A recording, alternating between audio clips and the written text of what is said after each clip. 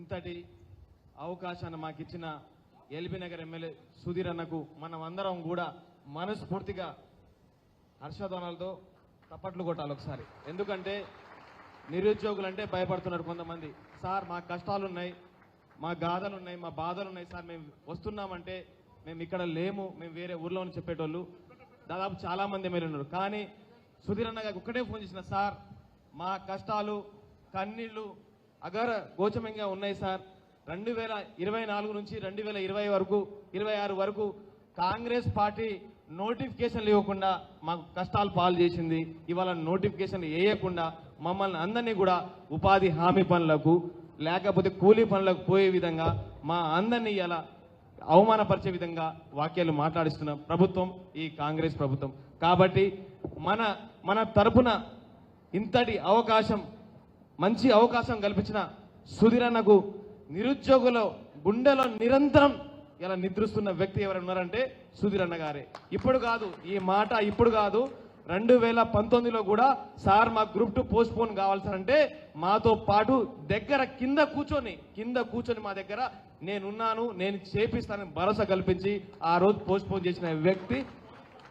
అదేవిధంగా పోలీస్ వ్యక్తులకు కూడా మాకు ఇక్కడ గ్రౌండ్ లేదు, సరిపడా గ్రౌండ్ లేదు, రన్నింగ్ కొట్టడానికి అవకాశాలు లేదంటే నేను ఉన్నానని చెప్పి వాళ్ళ వెంట మమ్మల్ని తీసుకెళ్లి మాకు పెద్ద గ్రౌండ్ ఇప్పించిన సుధీర్ అన్నకు ప్రత్యేక ధన్యవాదాలు.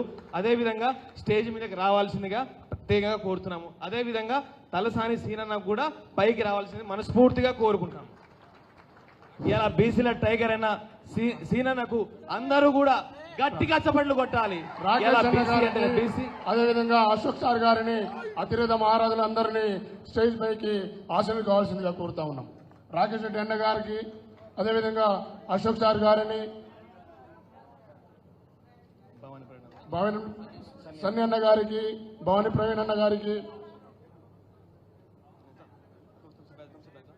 బయట అన్న లాస్ట్ లో కొంచెం ముందుకు వచ్చే ప్రయత్నం చేయండి అన్న. ఇటు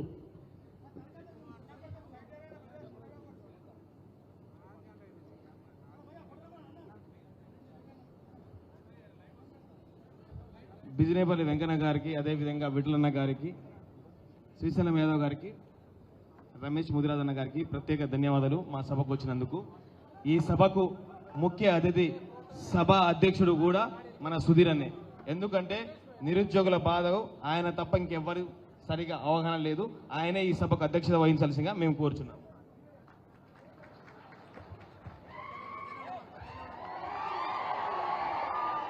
థ్యాంక్ యూ, ధన్యవాదాలు బ్రదర్. అంతా బాగుండ్రా? వేదిక మీద ఉన్న పెద్దలందరూ కూడా ఆ విషయం మాట్లాడటానికి ఇక్కడికి వచ్చినాం. వేదిక మీద పెద్దలు, మన ప్రియతమ నాయకులు, మాజీ మంత్రివర్యులు తలసాని శ్రీనివాస్ యాదవ్ గారు, అలాగే రాకేష్ రెడ్డి గారు, మరి మీ అందరికి సుపరిచితులైన అశోక్ గారు, మరి అందరూ కూడా, మరి మా బీఆర్ఎస్ పార్టీకి సంబంధించిన భవానీ ప్రవీణ్ మాజీ కార్పొరేటర్, విఠల్ రెడ్డి గారు మాజీ కార్పొరేటర్, మరి బిజినేపల్లి వెంకటేశ్వరరావు గారు, రమేష్ ముదిరాజు గారు, శ్రీశైలం గారు, మరి అలాగే ముఖ్య నాయక్ గారు, సింధు గారు, అమ్మ నీ పేరు మంజుల గారు, ప్రవీణ్, చెర్రీ ప్రవీణ్, మరి ఇక్కడ ఇదంతా ఆర్గనైజ్ చేసిన పట్నాయక్ గారికి, మరి శంభు గారికి, మరి ఆకాష్ గారికి, మరి అలాగే అశోక్ గారికి, శంకర్ గారికి, దీంట్లో భాగస్వాములైన మీ అందరికీ ఈరోజు మనం ఇక్కడ ఎందుకు కలుసుకున్నామంటే మన కడుపు కాలుతుంది. చదువుకున్నాం.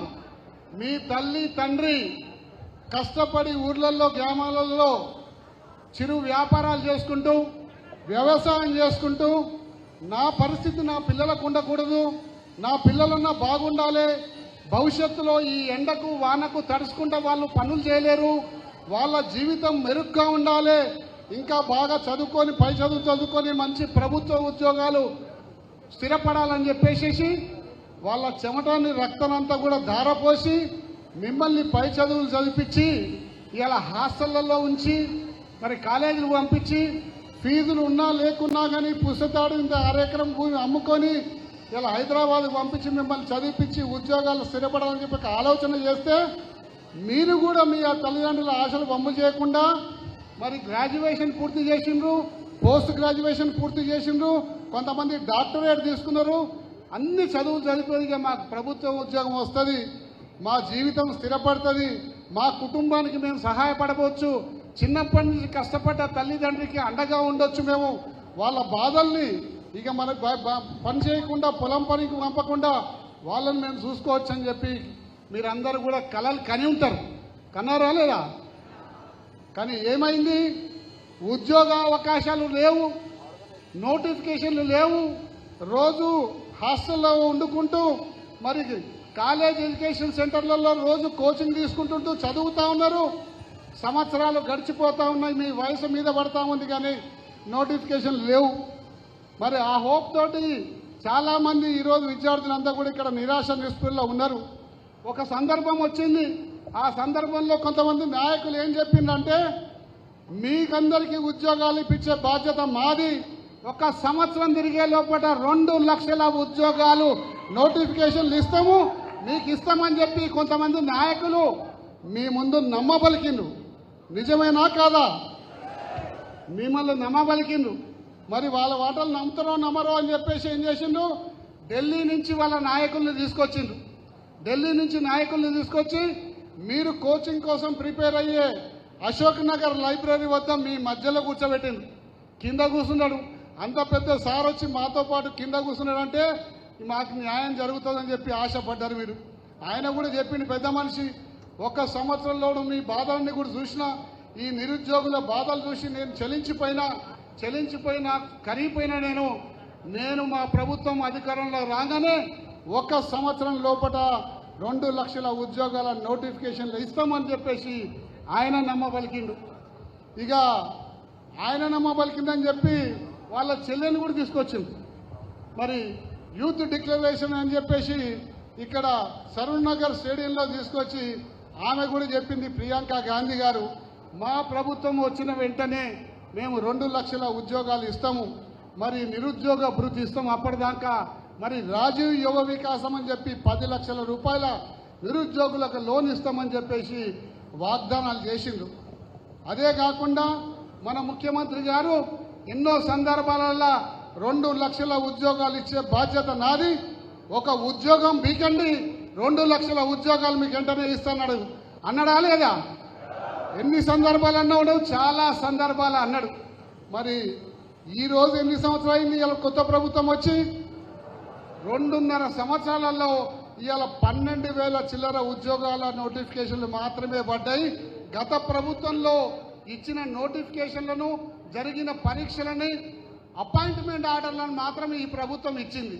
అవి కూడా వీళ్ళ ఖాతాలో వేసుకొని అది ఇది కలిపి 60,000 ఉద్యోగాలు ఇచ్చినామని చెప్పేసి ఇవాళ నమ్మబలికేది కాదు, అదే స్వయంగా మైకులలో చెప్తుండ్రు. అరే ఇది వెనకటి కాలం కాదురా నాయన, వెనకట ఏదో చెప్తే అయిపోతుండే, ఇవాళ నేను మాట్లాడిన మాటలు ఇన్ని కెమెరాలు రికార్డు చేస్తున్నాయి, ఈ మాటలో తప్పైతే రేపు పొద్దున మళ్ళా సంవత్సరానికో 6 నెలలకో ఇదే రికార్డింగ్ విద్యార్థులు వెలికి తీసి మళ్ళా వేసి నువ్వు అప్పుడు అట్లా మాట్లాడినావు, ఇప్పుడు అట్లా మాట్లాడినావు అని చెప్పి నిన్ను నిలదీస్తారన్న సంగతి జ్ఞానం కూడా లేకుండా 60,000 ఉద్యోగాలు ఈ ప్రభుత్వం వచ్చినాక ఇచ్చింది. కావాలంటే మేము ఫతే మైదాన్ ఎల్బీ స్టేడియంలో నిలబెడతాము, అన్ని తలకాయలు లెక్క పెట్టుకోమని చెప్పేసి ఇంత నీచమైన అబద్ధం ఆ స్థాయిలో ఉన్న మాట్లాడే మనిషికి నిజంగా ఏమంటారో సంగతి మీరే నిర్ణయించాలి. ఆయన 60,000 మంది ఉద్యోగులకు ఇచ్చిన లెక్క పెట్టుకోమంటే ఆయన భజన మండలి ఏమన్నాడు తెలుసా?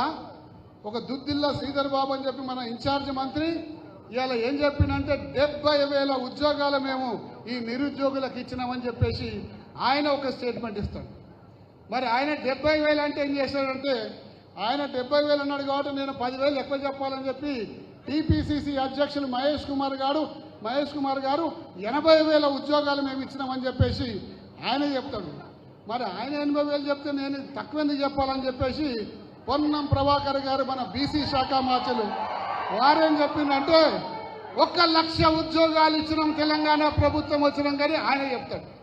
మరి ఇందులో ఇంతమంది చెప్పిందా అంటే ఎవరు నిజం చెప్పిండ్రు, ఎవరు అబద్ధం చెప్పిండ్రు? నిజంగా మీ గుండె మీద సాక్షి గుండె మీద చేసుకొని చెప్పిండ్రు. 60,000 ఉద్యోగాలు తెలంగాణ ఈ కాంగ్రెస్ ప్రభుత్వం వచ్చినాక ఇచ్చిందా? మరి అబద్ధం చెప్పిందేగా. మరి అబద్ధం చెప్పిన వాళ్ళ గుణపాఠం నేర్పాలి కదా. మరి ఇంతటి అబద్ధం మైక్ అందరు సాక్షిగా ఇలా చెప్తున్నా అంటే నిజంగా ఒక్కసారి ఆలోచించుకోవాల్సిన అవసరం ఉంది. మీరందరూ కూడా ఆలోచన చేయాలి. ఒక్క ఉద్యోగి కనుక వాళ్ళ కుటుంబం ఉంటుంది. ఈ రాష్ట్రంలో 30 లక్షల మంది నిరుద్యోగులు ఉన్నారు. 30 లక్షల మంది కుటుంబ సభ్యులు అంటే 60 లక్షలు, వీళ్ళు 30 లక్షలు, వాళ్ళు 60 లక్షలు, అంతా కలిపితే 90 లక్షలు అవుతారు. ఈ 90 లక్షల మా ఓట్లు మాకేస్తే 90 సీట్లు వస్తాయి, మేము గద్దెనెక్కుతాము, మీకందరికి కూడా స్వర్గం చూపెడతామని చెప్పి అన్నరా లేరా? ఓట్ల సంఖ్య కూడా లెక్క పెట్టి అన్నరా లేదా? మరి ఈ రోజు ఎక్కడ పోయింది? 2.5 సంవత్సరాలు కావస్తుంది. నిన్న మొన్న ఏం చేసిండు? తెలంగాణ ఆయుర్వేద దినోత్సవం నాడు 270 ఉద్యోగాలకు నోటిఫికేషన్లు ఇచ్చిండు. అంతేనా? 270 290 ఉద్యోగాలకు నోటిఫికేషన్లు ఇచ్చిండు. మేము అనుకున్నాం, బీఆర్ఎస్ పార్టీ ఏమనుకున్నదంటే కనీసం ఒక 70 నుంచి 1,00,000 ఉద్యోగాల నోటిఫికేషన్లు పడతాయి. ఇక్కడ ఉన్న దక్కా చెల్లెలు తమ్ముళ్ళందరూ కూడా చెల్లెళ్ళందరూ కూడా దాదాపు ఒక 6 నెలలు కష్టపడి చదువుకున్నారు. ఇప్పుడు అంతా ప్రిపేర్ అయ్యిండ్రు. ఇంకో 2-3 నెలలు చదువుకుంటే వాళ్ళకు పరీక్షా సమయం వస్తాయి. దాదాపు ఇక్కడ చాలా మందికి ఉద్యోగాలు వస్తాయని మేము ఆశపడితే అదేదో మిఠాయి దుకాణం పోతే శాంపుల్ ఇస్తాడు చూడు, నోట్లు వేసుకొని చూసుకోండి బాగుంటుంది చూడండి అని చెప్పేసి ఆ శాంపుల్ ఇచ్చినట్టు 270 ప్లే చేయండి. మన శాంపుల్ ఇచ్చినట్టు 270 ఉద్యోగాలు ఇచ్చింది. అంటే Good evening to the youngsters of Telangana. I was extremely disturbed by what I saw and what I heard. 60% local आदमी को CR's relatives being involved in these type of leagues, I mean, it's completely shameful. Youngsters who've been studying, putting their own money, their parents' money, and then finding that they simply cannot get a job. And it's something that we absolutely have to change. That's why our first step is going to be helping the students with government jobs, helping them with their education. We have released a detailed job calendar for 2 lakh government jobs in the first year of our government. We'll also revamp TPSC on the lines of UPSC, and as part of the Yuva Vikasam guarantee, we will provide Vidya Bharosa cards of up to ₹5 lakhs as financial assistance for educational related expenses, college, university and coaching fees. That's our first step with regards to the youngsters of Telangana. And we're committed to fulfill the guarantees that I have stated. ఏమన్నాడు? వచ్చి first సంవత్సరం లోపు 2 లక్షల ఉద్యోగాలు రాజీవ్ యువ వికాస్ కింద మీకు financial assistance చేస్తాం, మరి నిరుద్యోగ పుస్తకం అని చెప్పేసి రాహుల్ గాంధీ గారు స్వయంగా చెప్పండి. నెక్స్ట్ వీడియో ఏంటి బ్రదర్? देखिए कांग्रेस पार्टी क्या कह रही है। आज ये हैदराबाद का यूथ डिक्लेरेशन किया गया, ये आपका सम्मान है कि हम आज ये डिक्लेरेशन कर रहे हैं। और हम सब नेता यहाँ बैठे हुए, सब जो यहाँ मौजूद है, इस डिक्लेरेशन के लिए आपके प्रति जवाबदेह बनेंगे। अगर हमारी सरकार बनेगी, 5 साल बाद ये काम नहीं किए गए तो हमें निकाल देना।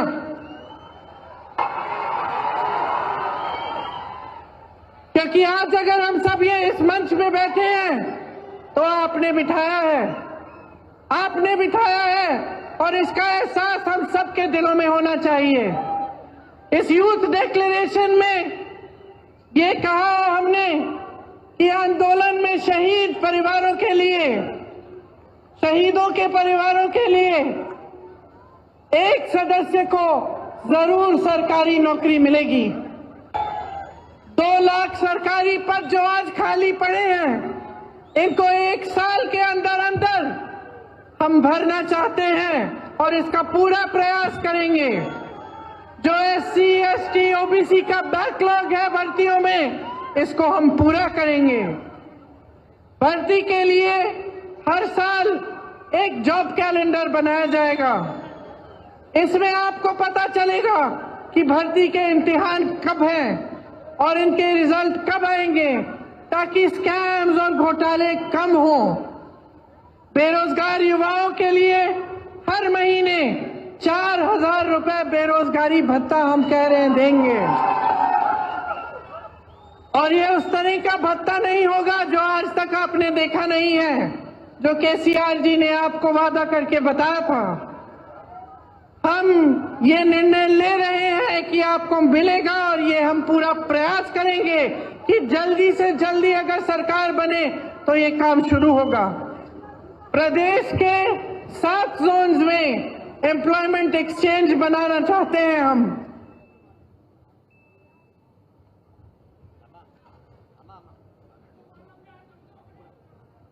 విన్నారా సోదరులారా?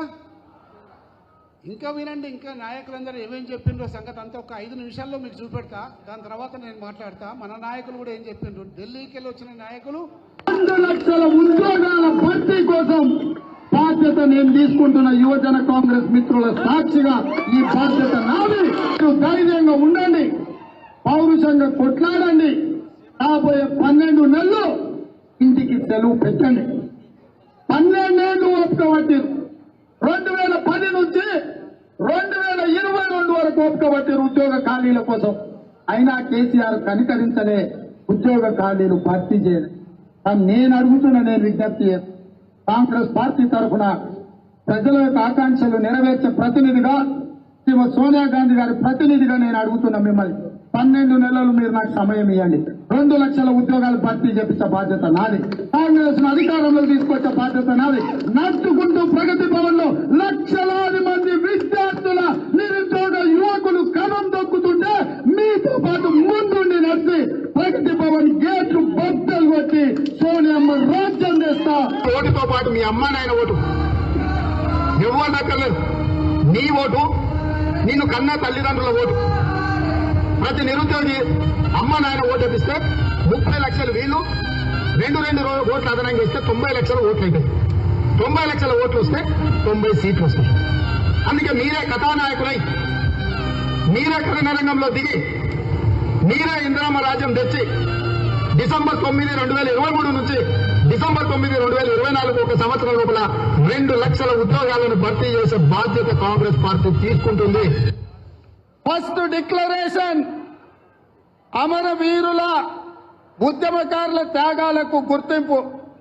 మిత్రులారా, తెలంగాణ తొలి మలిదశ ఉద్యమాలలో ప్రాణాలు అర్పించిన యువతీ యువకులను ఉద్యమ వీరులుగా గుర్తించి వారి కుటుంబంలో ఒకరికి ఉద్యోగం ఇచ్చి వారి తల్లి లేదా తండ్రి లేదా భార్య వాళ్ళకి 25,000 రూపాయల గౌరవ పెన్షన్ ఇచ్చి తెలంగాణ ఉద్యమకారులను స్వాతంత్ర సమర యోధులుగా గుర్తించే బాధ్యత ఇవాళ కాంగ్రెస్ పార్టీ తీసుకుంటుంది. నూతన ప్రభుత్వం 2024లో ఏర్పాటు చేస్తుంది. ఆ కొత్త ప్రభుత్వంలో మొదటి ఏడాదిలోనే 2 లక్షల ప్రభుత్వ ఉద్యోగాలను భర్తీ చేయడం జరుగుతుంది. ఉద్యోగ ఖాళీల కోసం క్యాలెండర్ ను విడుదల చేసి ప్రతి ఏడాది జూన్ 2 నాటికి ప్రభుత్వంలో ఉన్న ఖాళీలను అన్నిటినీ సేకరించి నోటిఫికేషన్లు ఇచ్చి సెప్టెంబర్ 17 నాడు అన్ని ఖాళీల నియామక పత్రాలు లబ్ధిదారులకు ఇచ్చి శాశ్వతంగా క్రమం తప్పకుండా ప్రభుత్వంలో ఉన్న ఖాళీలను భర్తీ చేసే బాధ్యత కాంగ్రెస్ పార్టీ తీసుకుంటుంది. నిరాశ చెందుతున్న నిరుద్యోగ యువకులకు ప్రతి నెల 4,000 రూపాయల నిరుద్యోగ వృత్తిని ఇచ్చి నిరుద్యోగ యువకులను కాంగ్రెస్ పార్టీ ఆదుకుంటుంది. నిరుద్యోగ రహిత రాష్ట్రంగా తెలంగాణను తీర్చిదిద్దడానికి సెంట్రలైజ్డ్ ఆన్లైన్ రిజిస్ట్రేషన్ విధానాన్ని ఏర్పాటు చేస్తాం. ప్రైవేటు పరిశ్రమలలో 75% స్థానిక నిరుద్యోగ యువకులకే ఉద్యోగ అవకాశాలు ఇచ్చే విధంగా చట్టాన్ని తీసుకొస్తాం. విద్యా ఉపాధి అవకాశాలను మెరుగుపరిచేందుకు, వాళ్ళ సమస్యల్ని వినేందుకు యూత్ కమిషన్ ఏర్పాటు చేయడం జరుగుతుంది. ఈ విద్యార్థి నిరుద్యోగ యువకులకు 10 లక్షల రూపాయల వరకు వడ్డీ లేని రుణాలనిచ్చే బాధ్యత రాష్ట్ర ప్రభుత్వం తీసుకుంటుంది. 4th declaration SC ST BC minority EWS విద్యార్థులకందరికీ ఫీజు రియంబర్స్మెంట్ ఇవ్వడమే కాకుండా పాత బకాయిలను కూడా పూర్తి స్థాయిలో కాంగ్రెస్ పార్టీ చెల్లిస్తుంది. మా ఆసరలోని రాజీవ్ గాంధీ IIIT తరహాలో రాష్ట్రంలో 4 రాజీవ్ గాంధీ IIITలను ఏర్పాటు చేసి గ్రామీణ విద్యార్థులకు ఉపాధి విద్యను ఏర్పాటు చేయడం జరుగుతుంది. నెక్స్ట్ ఇంకో వీడియో అది కూడా ప్లే చేయండి. మంత్రులందరూ కూడా ఏం చెప్పారా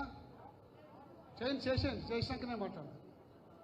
నిరాశ చెందుతున్న నిరుద్యోగ యువకులకు ప్రతి నెల 4,000 రూపాయల నిరుద్యోగ భృతిని ఇచ్చి కాంగ్రెస్ పార్టీ ఆదుకుంటుంది. మేము నిరుద్యోగ భృతి 6 గ్యారంటీల్లో కానీ మేము దీంట్లో కానీ మేము చెప్పలేము. మేము ఉద్యోగాలు ఇస్తామని చెప్పి మీ బతుకులు చెడా బతుకుల నిరాశ చెందుతున్న నిరుద్యోగ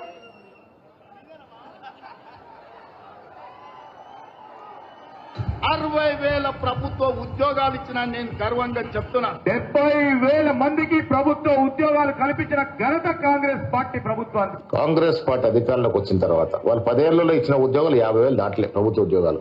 మేము ఇప్పటికీ 80,000 ఉద్యోగాలు ఇచ్చాం 2 సంవత్సరాల్లో. మేము వచ్చిన తర్వాత 85,000 పైగా ఉద్యోగం ఇచ్చాం 1.5 సంవత్సరంలో. చట్టపరంగా న్యాయపరంగా 1,00,000 మంది ప్రభుత్వ ఉద్యోగులను నియమించి నిరుద్యోగ యువకులకు 70,000 ఉద్యోగాలు ఈనాడు మేము లెక్క కట్టి ఇచ్చినాం. కేసీఆర్ నీకు అనుమానం ఉంటే ఫామ్ హౌస్ లో నుంచి ఎల్పీ స్టేడియం రా 70,000 మంది విద్యార్థులను ఉద్యోగాలు ఇచ్చిన వాళ్ళను తలలు లెక్క కట్టి లెక్క చూపితే ఒక్క తలకాయ తగ్గినా నా తల తీసుకుంటా. 70,000 ప్రభుత్వ ఉద్యోగాలు మేమిచ్చి చూపించినాం. ఇవాళ విద్యార్థులారా మీరు గుర్తు చేసుకోండి. మీ పాఠశాలలు మూసేసే పరిస్థితి. వేలాది పాఠశాలలు మూపించండి. ప్రభుత్వ నోటిఫికేషన్లు ఇవ్వలే. ఉద్యోగాల నోటిఫికేషన్ల కోసం ఇందిరా పార్క్ దగ్గర లేకపోతే అశోక్ నగర్ చౌరస్తా దగ్గర దిల్సుఖ్ నగర్ చౌరస్తా దగ్గర అమీర్పేట్ చౌరస్తా దగ్గర వేలాది మంది విద్యార్థుల నిరసన కార్యక్రమాలు ఆనాడు ఉద్యోగాల కోసం చేశారు. కానీ మన ప్రభుత్వం వచ్చిన తర్వాత మేము మీద నోటిఫికేషన్లు ఇస్తే ఇన్ని నోటిఫికేషన్లు ఎంబడెంబడే వద్దు మేము చదువుకోలేకపోతున్నాం నోటిఫికేషన్లను వాయిదా వేయండి. ఈ దేశంలో ఏదైనా ఒక రాష్ట్రంలో ధర్నా జరిగిందంటే అది తెలంగాణ రాష్ట్రంలోనే. 10 ఏళ్లు వాళ్ళు చేయలేని పని మొదటి సంవత్సరంలోనే 60,000 ప్రభుత్వ ఉద్యోగ నియామకాలు. సోదరులారా మీరందరూ కూడా వీడియోలు చూసిందిగా. అంటే దేశంలో ఒక తెలంగాణ రాష్ట్రంలో మాత్రమే ధర్నా జరిగిందంట. ఉద్యోగ నోటిఫికేషన్లు మాకు వద్దు, మాకు అందరికీ ఉద్యోగాలు వచ్చినాయి, ఈ నోటిఫికేషన్లు వస్తే మేము చదవలేకపోతున్నామని చెప్పి తెలంగాణ రాష్ట్రంలో ధర్నా జరిగిందట. ఇది మన ముఖ్యమంత్రి గారు చెప్తున్నారు. నిజమా అబద్ధమా? మరి ఇంత అబద్ధాలు ఆడుకుంటా ఇంత అడ్డంగా చెప్తున్నారు. మంత్రులు ఒక బాధ్యతాయుతమైన పదవిలో వండుకుంటూ తెలంగాణ రాష్ట్రంలో తెలంగాణ యువత దేనికోసమైతే పోరాడుతుందో ఆ ఉద్యోగాల సంఖ్యని ఒక్కొక్కరు కూడా ఒక్కొక్క రకంగా చెప్తుందంటే ఎంత బాధ్యతారహితంగా మాట్లాడుతుందో సంగతి మీకు అందరూ కూడా తెలిసిన విషయమే. ఇవాళ 12,000 ఉద్యోగాలు, మరి ఈ యొక్క 290 ఉద్యోగాలు అంటే 12,400 ఉద్యోగాలు తప్ప ఇంకా ఒక్క ఉద్యోగ నోటిఫికేషన్ కూడా కాంగ్రెస్ హయాంలో పడలేదు. కానీ తెలంగాణ ప్రభుత్వంలో అప్పుడు పరీక్షలు నిర్వహించిన అప్పుడు నోటిఫికేషన్లు జారీ చేసిన అన్ని కూడా ఎన్నికల కోడ్ రావడం వల్ల ఆ కోడ్ తోటి ఎలక్షన్ కమిషన్ ఆపేయడం వల్ల కొత్త ప్రభుత్వం ఏర్పడి ఆ కొత్త ప్రభుత్వం చేతుల మీదుగా ఇలా నియామక పత్రాలు అందుకున్నవి కూడా సిగ్గు శరం లేకుండా వాళ్ళ అకౌంట్లలో కలుపుకున్న ఘనత మన కాంగ్రెస్ పార్టీదని చెప్పేసి ఈ సందర్భంగా మీ అందరికి కూడా తెలియజేస్తున్నాను. ఫీజు రియంబర్స్మెంట్ గురించి ఏం చెప్తున్నాడు? ఫీజు రియంబర్స్మెంట్ పాత బకాయిలతో సహా అన్ని కూడా చెల్లించి ఎవరికి ఎటువంటి ఇబ్బంది లేకుండా చూస్తామని చెప్పేసి చెప్తున్నారు.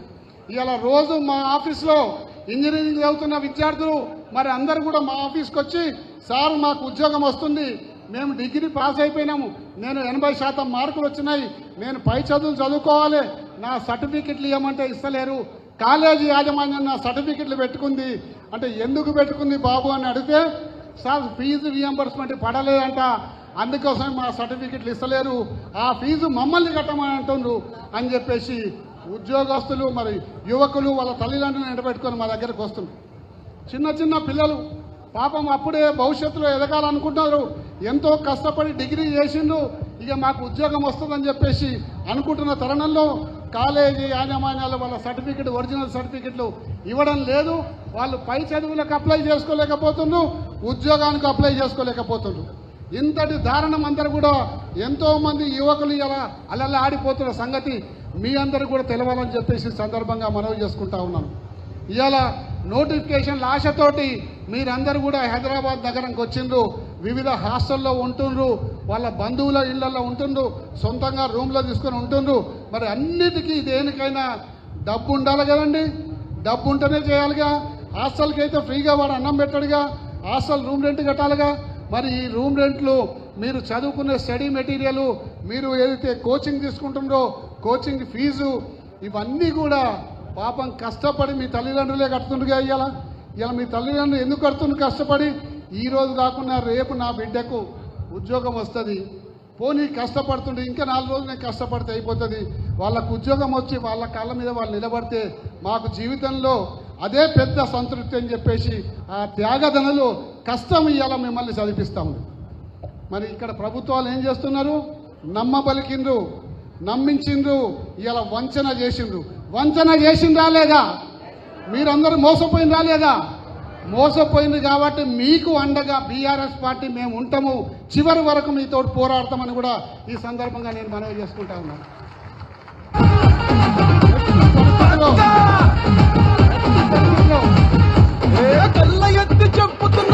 పరిస్థితులలో మనకు ఉద్యోగ నోటిఫికేషన్లు వచ్చిన దాకా మనం ఆగేది లేవు. రాకపోతే నువ్వు కూడా పైకి ఉద్యోగ నోటిఫికేషన్లు వచ్చిన దాకా మనం ఎక్కడ కూడా ఆగేది లేదు, విశ్రమించేది లేదు. ఇది కేవలం ఆరంభం మాత్రమే, ఇది కేవలం ఆరంభం మాత్రమే. రేపు రాబోయే రోజుల ఈ ప్రభుత్వానికి మనం నిద్ర పుట్టనియము. మీ నోటిఫికేషన్లు వచ్చిన దాకా మీ తరఫున మేము పోరాడతాము. పోరాడి నోటిఫికేషన్లు వచ్చే విధంగా 2 లక్షల ఉద్యోగాల నోటిఫికేషన్లు రావాల్సిందే తప్పనిసరిగా. అప్పటిదాకా మేము విశ్రమించమని కూడా ఈ సందర్భంగా మనవి చేసుకుంటాం. దీంట్లో అందరం కూడా కలిసికట్టుగా ప్రయాణం చేద్దామా? పిడికిలి బిగించి యుద్ధం చేద్దామా? చేస్తే మనకు పోయేది ఏం లేదు. తప్పనిసరిగా మనకు ఉద్యోగాలు వస్తాయి, మన భవిష్యత్తు మెరుగైతుందని కూడా ఈ సందర్భంగా మనవి చేసుకుంటా ఉన్నాం. కాబట్టి సోదరులారా, బీఆర్ఎస్ పార్టీ చేసిన అప్పులనేమో బీఆర్ఎస్ పార్టీ అప్పు చేసింది, మొత్తం అప్పుల పాలు చేసింది అని అంటున్నారు. అది బీఆర్ఎస్ పార్టీ మీద నొక్కుతున్నారు. బీఆర్ఎస్ పార్టీ ఉద్యోగాలు ఇస్తేనేమో మేము ఇచ్చినామని చెప్పుకుంటున్నాం. అంటే అప్పుల విషయంలో ఏమో బీఆర్ఎస్ పార్టీని బదనాం చేస్తుండ్రు, ఉద్యోగాల విషయంలో ఏమో మేము ఇచ్చినామని చెప్పుకుంటున్నాం. అంటే ఇది ఒక లంగ ప్రభుత్వము. ఇంత పచ్చి అబద్ధాలాడే ప్రభుత్వంలో ఎవరు లేరు. ఈ లంగ ప్రభుత్వానికి ఈ లంగ రాజకీయ నాయకులకు బుద్ధి చెప్పాలి. ఖచ్చితంగా తప్పనిసరిగా బుద్ధి చెప్పాలి. మన హక్కులు మనం సాధించుకోవాలి, మన ఉద్యోగాలు మనం పొందాలి. అప్పటి వరకు కూడా మనం విశ్రమించేది లేదని కూడా ఈ సందర్భంగా మనవి చేసుకుంటా ఉన్నాం. ఇవాళ పోలీస్ శాఖలో ట్రైనింగ్ తీసుకున్న వాళ్ళు దాదాపు 20,000 ఉద్యోగాలు పడతాయేమని చెప్పి ఎదురు చూసింది. 20,000 ఉద్యోగాలు పడితే దాదాపు 20 లక్షల మంది ఇవాళ ఎగ్జామ్ రాస్తారు. ఎగ్జామ్ రాస్తే కొంత 20,000 మంది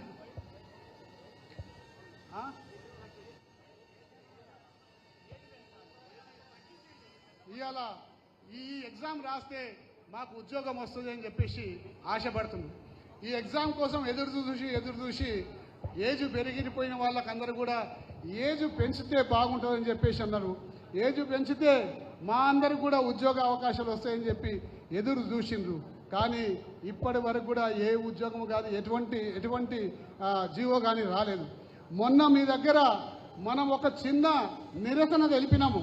నిరసన తెలిపితే 2024లో జీవోని ఎక్స్పైర్ అయిపోతే ఆ జీవో ఇచ్చి మళ్ళీ 46 సంవత్సరాల వరకు కొంచెం ఈ ఉద్యోగులు అందరూ కూడా ఏకమవుతుండ్రు, నిరుద్యోగస్తులందరూ కూడా కలిసికట్టుగా ఒకటైతుండ్రు. ఇది ఒకటి కాకముందుకే ఓ జీవో ఇవ్వాలని చెప్పి మనల్ని చల్లబరుస్తానికి ఒక జీవో ఇచ్చింది. ఆ జీవో ఎప్పుడు వచ్చింది? మనం టీ అడ్డా దగ్గర, టీ పాయింట్ దగ్గర మనం ధర్నా చేసి ఒక చిన్న ర్యాలీ చేసి శంకర్ టీ పాయింట్ దగ్గర ఒక ప్రెస్ కాన్ఫరెన్స్ పెడితే ఆ జీవో వచ్చింది. అంటే వీళ్ళందరూ ఏకమవుతుండ్రు, వీళ్ళందరినీ మనం చల్లబరచాలని చెప్పి. వీళ్ళందరూ భవిష్యత్తులో ఏకమైతే మనకు కష్టమవుతుంది, నిరుద్యోగులందరూ ఒక తాటి మీదకి వస్తే మనకు ఇబ్బంది అవుతుంది. కాబట్టి శాంపుల్ లాగా ఒక 270 ఉద్యోగాలు వీళ్ళ ముఖం మీద కొట్టేస్తే మళ్ళీ సైలెంట్ అయిపోతారని చెప్పేసి అనుకున్నది ప్రభుత్వం.